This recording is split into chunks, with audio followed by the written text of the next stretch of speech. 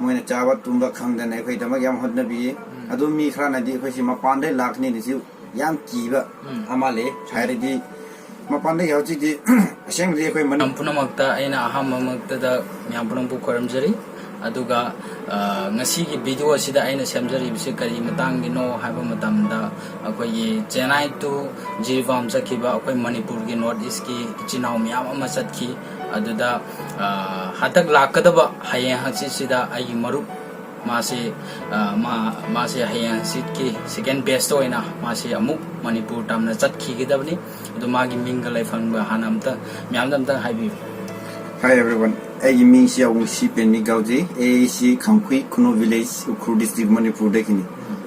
Ado, what is your holding? I'm among the Itau Marupu. Aina, thank you so much. Yamna Harauzay, Havidi Adukimatic, Masu, Hayang Sit, Chatningagi, Yamna section, Yamna Wana, Magi family, Manu Leram, Labana,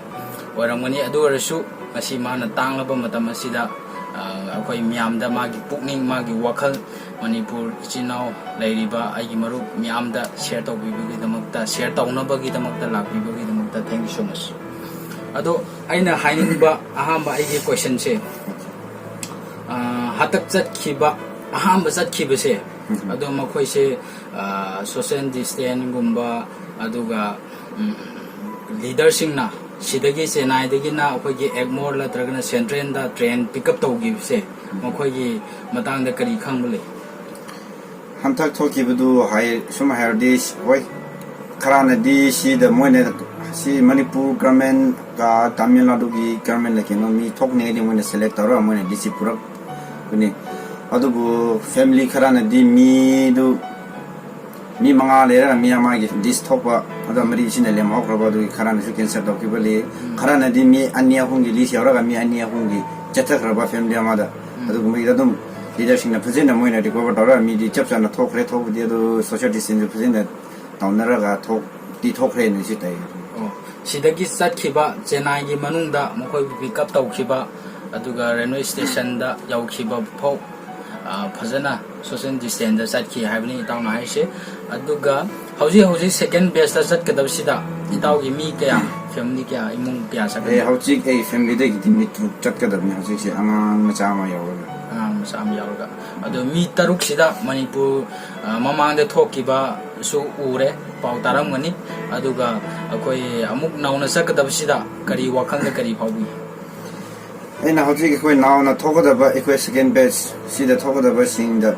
aisu e haksu yauna ekoi si tagal si mi masa na yum da ge hek thongkan dam dam de koi personal gi mask amam hapgadam ni ekoi khuda sanitize phajina tawgadam ni ado ek chat du social distance phajina legadam ni nang na hakma gi imung gi mi oiram bisu yai nang gi close friend oiram bisu yai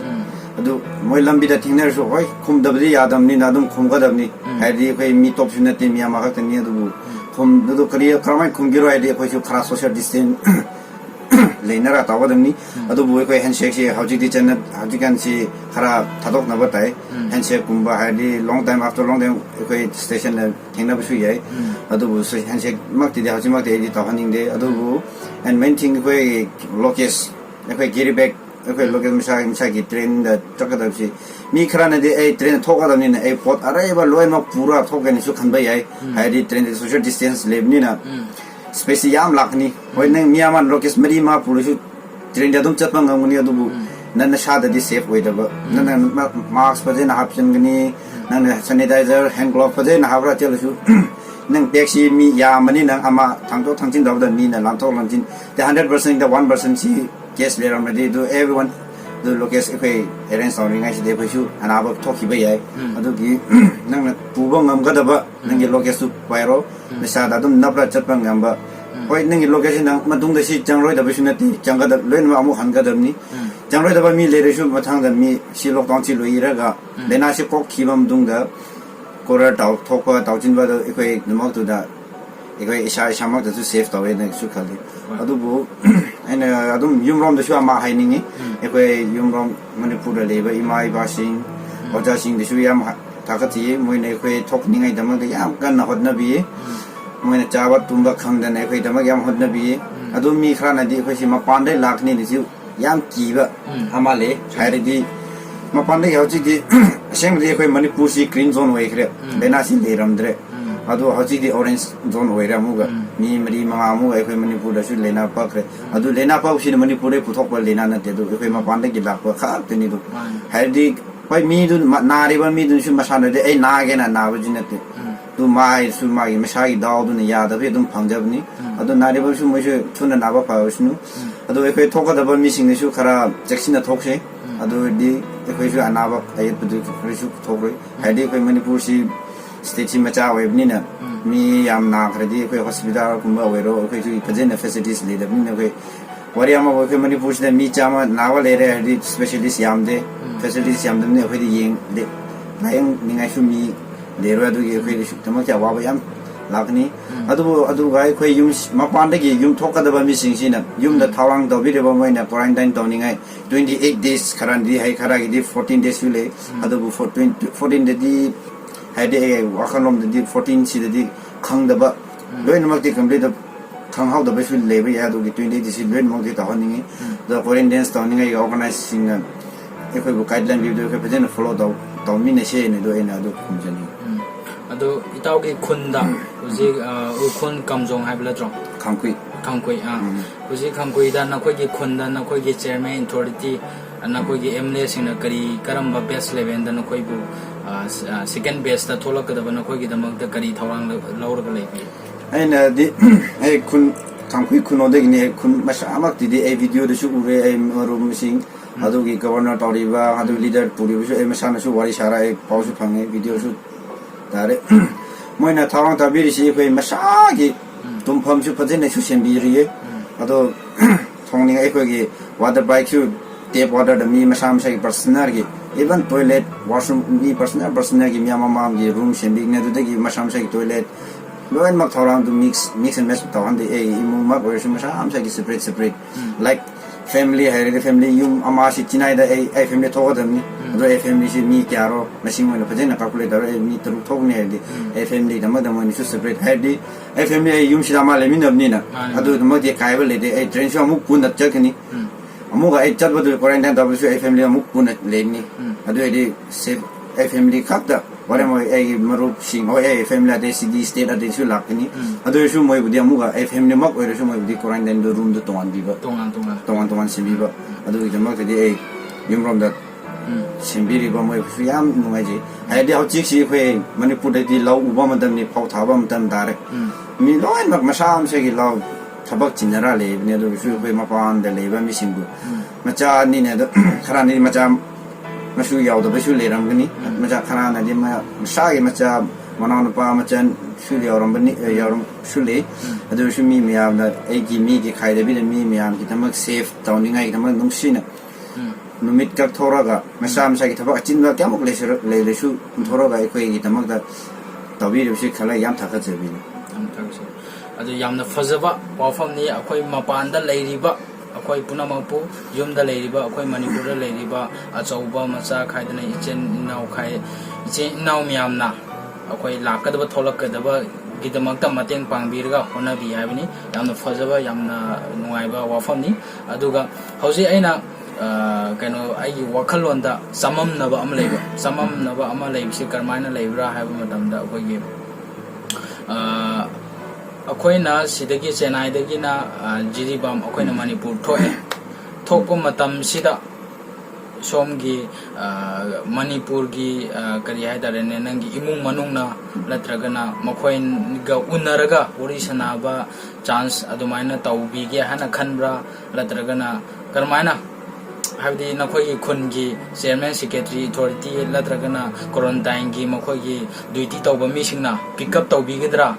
aduga nangi ichi naw se karmaina unaba chance lebra leitabra adu amtang share tobi en having the ekoi rom di hojik ekoi khunmak di hojik di ekoi Manipur government infar for the pro bigni adu after Manipur infar de di egi khun da taw gira 14 days aisu hojima di confirm di taw de had di 14 days si ekoi yukur district de lebe yai 14 days e khun da legini adu 28 days e khun gi rush ki mandung da ekoi di 28 days quarantine zone se complete tawni adu wari ama khoi direct egi khunda 28 days quarantine da gone de ek khoi khungi organize khangkhoi khun da gi direct khoi bu imphal da gi manipur gi government gi khud da gi moina treatment khoi imphal da thawa ya ba loi ta thok khibam dung da ek khun gi mi ne khoi bu loba la khun ai adu ga khoi khun da laura ga khoi khun da quarantine taw pham mo ni yum shabi ki bu adu de khoi bu du thambi ni ai gi imung ima ipaya oiro khoi unabadi matam hakti 28 desi khoi di face to face di unabadi khara wa khini hairi khoi khun da di hautik di volunteers sacrifice or volunteers loi thambi ri khun da lewa missing na hairi khoi gi awat apa le khoi na volunteers inform da ni volunteers na awat apa du loi mak mun agents ta mun na loi mak arrange to bira ga khoi bo supply da ni imong masha ne khoi arrange to di hautik di le du volunteers sim khoi awat ba hairi mun awat ba du khoi imai ba ai ichinaw sing da mun na pobi ni da mun na yum da gi laura ga ai quarantine da phom room du da mun na pro pi ga da adu gi ai imong ni mak ta direct di face to face kumna budi phangare like khoi video call kumba or phone call kumba di adum toy ne di phangba yai adu di phangsu phangani adu bu face to face direct di phang khiroi adu phangbu su tarka le de after quarantine gi that 14 days lo era ba matung da adu matung da unabala tana upai le te sini upai le te pai adu yamna adu gi wakhan lon da sappi raga adugi wakhalonda yumda leibiba taragadi akoi manipur da leiriba khun da leiriba akoi isinau myamna so akoi bu harauba aduga mokoina so harauba rule haibisidi runni aduga sigi virus ase myamna so khangnarabani prithvi da akiba masa masana section ba laudragadi mi amana sangsalaga mateng pangbana ngamgadaba lataba oibnina adu yamna nungaijai aduga aina ngarang na hanse akoi myam unari ko akoi gi Facebook da YouTube da akoi gi Chennai da Assam gi mising akoi gi chat ningai train phangdaba adagi yamna railway station manak tala draga bus main road sing da chathok chasin tawra kappaga lauba khotpa police sing na tangkhai ba khotpa video ama khak aina thengna jai haidare ado compared to akoi Manipur gi government na akoi da action habitare akoina chaningai leitre haibu matamda makoina mari leinaba leader sing da society sing da kitang wara supibi ba adumana tawraga lauthok lausin tawbi bise akoi Manipur government da kari haningi aina akoi Manipur da ide adumak te yam thagaje mai noine pabung piren cm piren yam thagaje sumaina akoi Manipur da su kumba sing haiba sigumba cm kumba ma thingna bisi khoi tamati yam laiba phaba amani haidi khara state khara di cm oiru kyamu khairu masam sai corruption tawraga takhiba hoi public di help tawni hairu yam thawai ta yawi daba adu kumba lebe ge state khara di problem lebi len su tai adu bu ekhoi Manipur ma de adu problem di krish phangde haidi khoina chakni habam nu bitu da mone lisu pajena simbira ekhoi tharang de pajin da biraga haji bausu ekhe Manipur Chennai de gi jiribam de gi Manipur to bisi da ekhoi o yum thola ga chaningai lete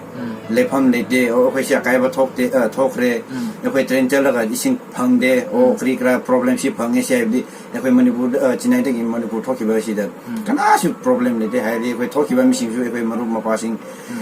sum haide egi icha makti egi sanin lo pausa dum le chakrabni paudum pausa first base chakib do egi muni yam thokre do ei marum passing yam thokre do pau pa no je do mun su pazena fadan su pi do tajen su Manipur government ga Tamil government su pazen do bi khangna ga yam hagaje adu Manipur government sorry Tamil government kri sumuk kam ekhoi bu support tabra haide ekhoi Manipur government sina pazen ekhoi na sing haina pazen ekhoi na request aba corporation paze bagi moina su ekhoi bu corporation ti bi ekhoi na pazen na corporation ti de mon su ekhoi bu neglect tabra haide la ko ye adu ekhoi sim na pazen ekhoi gi tama ga khan biraga masamak ki macha pok kum ne ekhoi bu pazen na mi top ni na khan do bi da mana pazen do bi tama ga ipa ba bu su pazen ka bu yamna haraujaba akhoi gi matik charaba leader ama akhoi Manipur da lei ima ipa amane haina thagat pe yarba we proud of you biren Sri biren gidamakta akoina yamna thagasaba salute ama tawjari aduga atopa state ta akhoi Assam oiro West Bengal oiro Darjeeling everything atopa thangnaba akhoi north east oirasu Manipur ga thangnaba jaga da chatpa ngamdaba even Bihar ko ngarang na handi chatpa khara di yaukre adu oirasu yamna problem se action se thuna lobidaba hai tarani lawdi lawba tapna lawba adubu mapalom da laiba hai se ngarang na hansu miamna su punna khangminare Delhi da nupi amasu phubiye khotpiye yum amada sangshalaga kanbi khotpi adugi matik problem laiba hai tarane aduga akhoi gi north east ki sakse ubo matamda Chinese corona adugi matik haibi bai tarane adu sigi matang asuk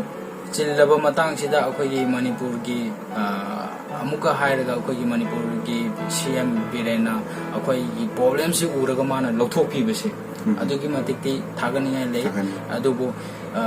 akoina phattaba thabak tawraga latragna akoina phattaba lamchat tawraga corona virus haibase lakpalate miamda aina aigi site gi aigi opening haijabani masi pithribi da gaiba hangoiba laina sulate virus amakak thengnabada soidana magi leibakta tamamba haibasu yai ado thengnarubadagi yawrakhibani adubu sakhiba matamdadi lom scan tawi adubu laibakna thibadi 14 days ki matungda latragana tha amagi matungda corona se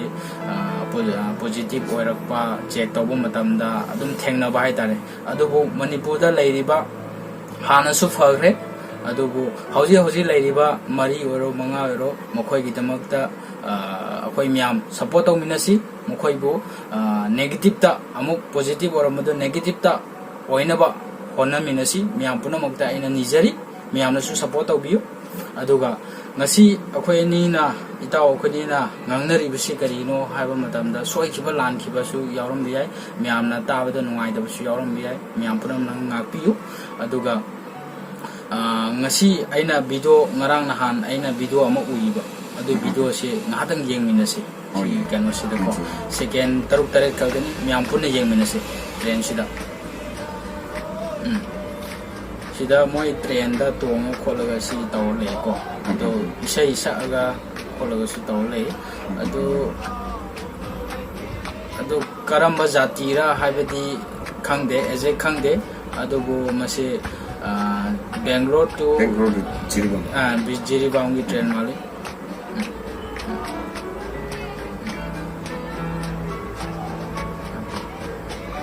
ado itaw si ki video se si yengmo matamda kari hani kari opening le oi si video har si ina si dadi ai wakang rom dadi si yengraga edi yam nungai da yam phongtho hainingi haidi ekhoi si da mapan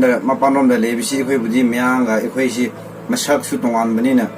ekhoi budi sum idawn su haigre ekhoi bu uradi Chinese corona sini gani lambi cheledi ekhoi badum myang sine ekhoi adum chainaraga chera adum leiri adugi mat tamak da ekhoi bu adugumba maithi budi phanghan daningai gi tamak da ekhoi CM birene ekhoi bu yumda masam shagi imale pak da puthok ningai gi patena thawayana tum cha da bida ekhoi tamak thorang tawbiraga moina di kare sunna tabida si da moina hoi moina mass prayer lora prathana toram basu yai adu wirusu masam sha gi sit da phamraga toram radi kyamu haraguni adu moina social distance taw hari moina de ulda da moina pulak punjilaga gitar khongraga sumaina toraga tawsi de di si de social distance nate hari di sina ekhoi miya moi simrak si da miyama anaba oiro adu train sha tongba mi loi mak mathang tham moi masam sha kino kepin lagom dan masam sha nadum split amara ga silon mak thoki su nabai thoki bai su ye adu damak de simmak de yam pen de si kumadi mathang da next place Chennai oiro Mumbai oiro Hyderabad any state ke thokadwa missing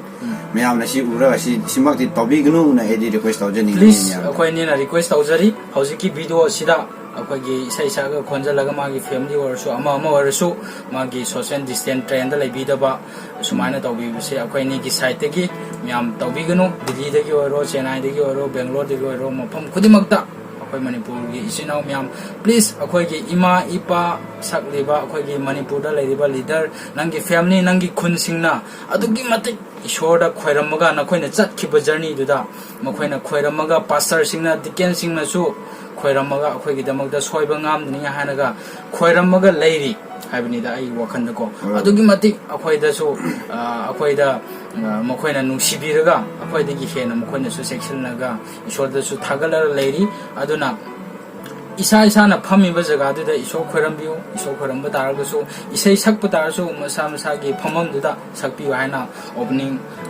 thamningi adu hatak chakada sida so itauna chakadure ko ado hayang si chakada sida kana gumba adu maina tauba taraba taragadi karamba kari wahang ladran kari gumba wa haningi moida ai sum na hairdi moy sumaina social distance ngakpang moida ba mi leradi aina taseng na hege nang first gi nang masa nang ero masam ai social distance ngakpang moy hairdi chumna si china da nang state da leriba nang yum room da leba du da gi leng da bi da nang yum da lero nang gi imung da lemina ba adu da dum social distance khaing ba ngam dra sha du da legari le lebi ona shu hebi ni adu nang na train da lak ra ga hoi nang na da bi da lak ni adu nang da id normal ni nang id kino negative ni na adu nang da social distance khai da bi da mi yam da punchela amuk legi ni adu nang punchen bu da marak tu da niama yara mo mi lo ma adu da gi man kino wari si thoga da ne du matung da di nang social distance ngakpa ngamo herdi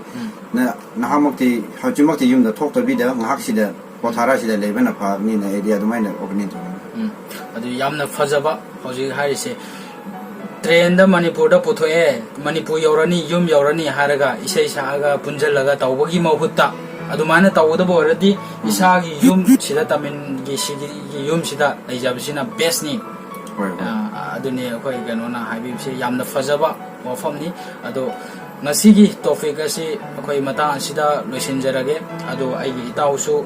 hanna hanna aina thagachari aduga yengbiriba view myamda itauna chakadaba journey sida ishorda su khoirambi si aduga mana ubada social distance tawdaba khotaba orsu itausena ngangbiba habedi sumana ahan namo oina latragana angang singna orsu ahan singna orsu tambangamde aduga soi khiba lan khiba mokhoina tawba targasu marup na khara clear tawbiu aduga ngasigi video asida soi khiba lan khiba tarasu akhoi anina miyam punamakta